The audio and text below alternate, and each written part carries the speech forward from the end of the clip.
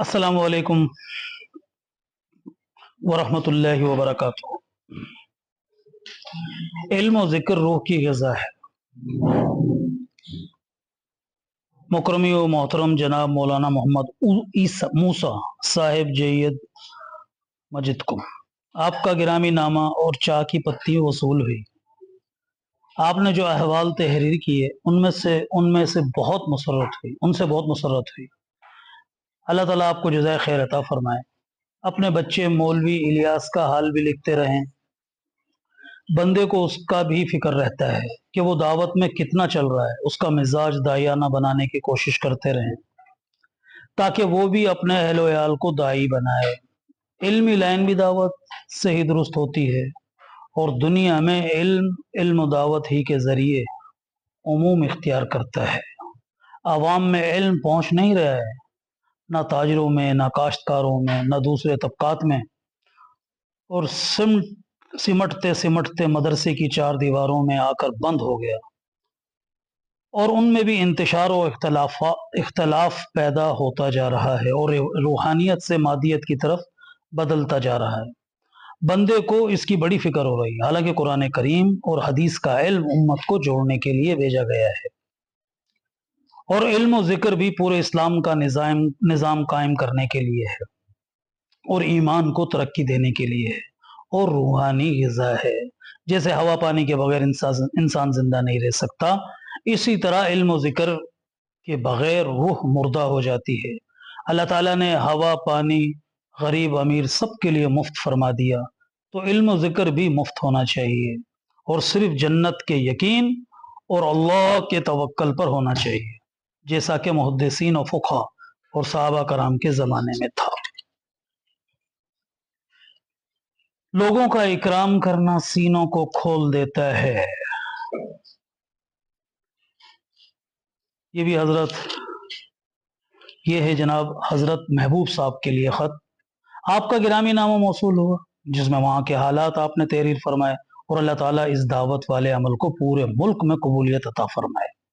हमारे साथियों से काम करने में या बयान करने में गलती हो जाती है या हिकमत न जानने की वजह से बात बेमहल हो जाती है, जिसकी वजह से कभी हुकूमत की तरफ से और कभी दूसरों की तरफ से रुकावटें आ जाती हैं।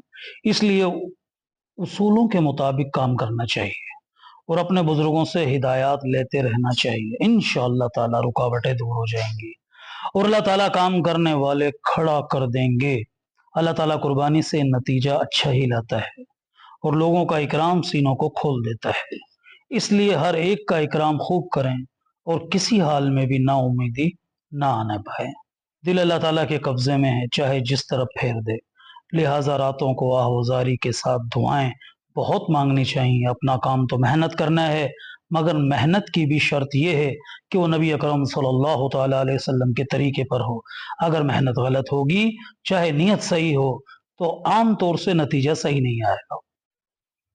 जैसा कि खेती करने वाले अपनी खेती के तरीके और निज़ाम को बदल दें कि जो चीज़ें सर्दी में बोनी चाहिए उन्हें गर्मी में, और जो चीज़ें गर्मी में बोनी चाहिए उन्हें सर्दी में बोने लगें, और जिस ज़मीन में गन्ना बोना चाहिए उसमें बाजरा, और बाजरा वाली ज़मीन में गन्ना बोने लगें, और जिस वक्त पानी चाहिए उस वक्त खुश्की देने लगें, और जिस वक्त खुश्की देनी चाहिए उस वक्त पानी देने लगें, तो वो खेती से नफ़ा नहीं उठा सकते, खा वो कितनी ही सही नीयत रखते हों।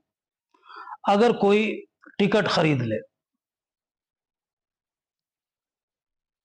इंग्लैंड जाने का, मगर उसमें जहाज में बैठे जो ऑस्ट्रेलिया जा रहा हो, तो वो इंग्लैंड नहीं पहुंचेगा, हाँ कितनी ही नीयत सही हो, क्योंकि नीयत एक रूह की तरह है जिसके लिए निज़ाम आलम या आमाल जिस्म नहीं, और अल्लाह ताला ने एक सुन्नत जारी कर दी जिस पर पूरी दुनिया का निज़ाम चल रहा है और काफिर और मुस्लिम सब उस निज़ाम से नफ़ा उठा रहे हैं।